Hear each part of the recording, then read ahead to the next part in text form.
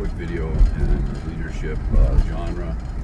I get calls still from old shipmates of mine just looking for counsel on, hey, I got this, this problem child. I got this person who's behaving badly, but they're, I don't know what to do. It's just not quite bad enough, but they're just a typical cancer type individual. So there's some very simple layers that you can go through and identify and evaluate when you're trying to deal with an individual like that. You all know what I'm talking about, and if you don't, you're going to see it someday. And there are some questions you need to ask yourself when sizing up the situation.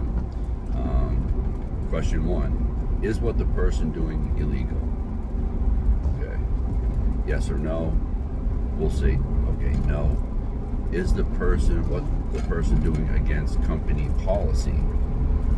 Okay. Now, if the answer is no, the next level is what the person doing against company culture and its mission statement? That's where a lot of people, that's where these problem children usually live. They're just not living up to the ethos, the mission statement, the spirit of what the company stands for, and that's why they're defunct and affecting others and dragging others down with them. So if you ask those 4 questions of yourself, is it illegal? Are they breaking policy? Or are they not in keeping with the mission statement and the general vision of the company? Then you can bring the person in and counsel them. And with that, I recommend doing this in short order. Face-to-face meeting. You explain the standard to them, identify where they didn't meet the standard, and that it won't be tolerated. And stop at compliance. If they say okay, don't keep rambling on.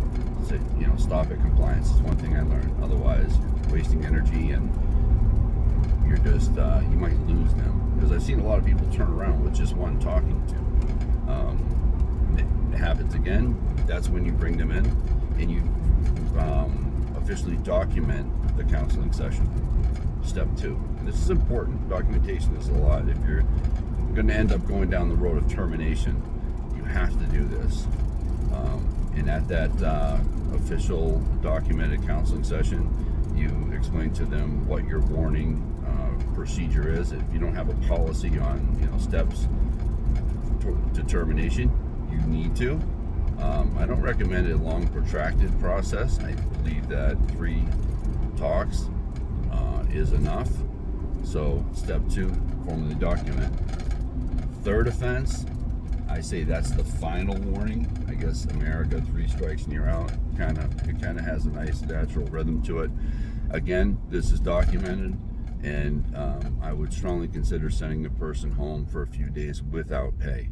That usually gets people to turn around. They start realizing if it hits the pocketbook, they have to straighten up. If that doesn't bring them around, then the 4th offense is that's when you go for termination. So those are my thoughts on dealing with problem children today. BK riding in my truck. Hope you all have a good day.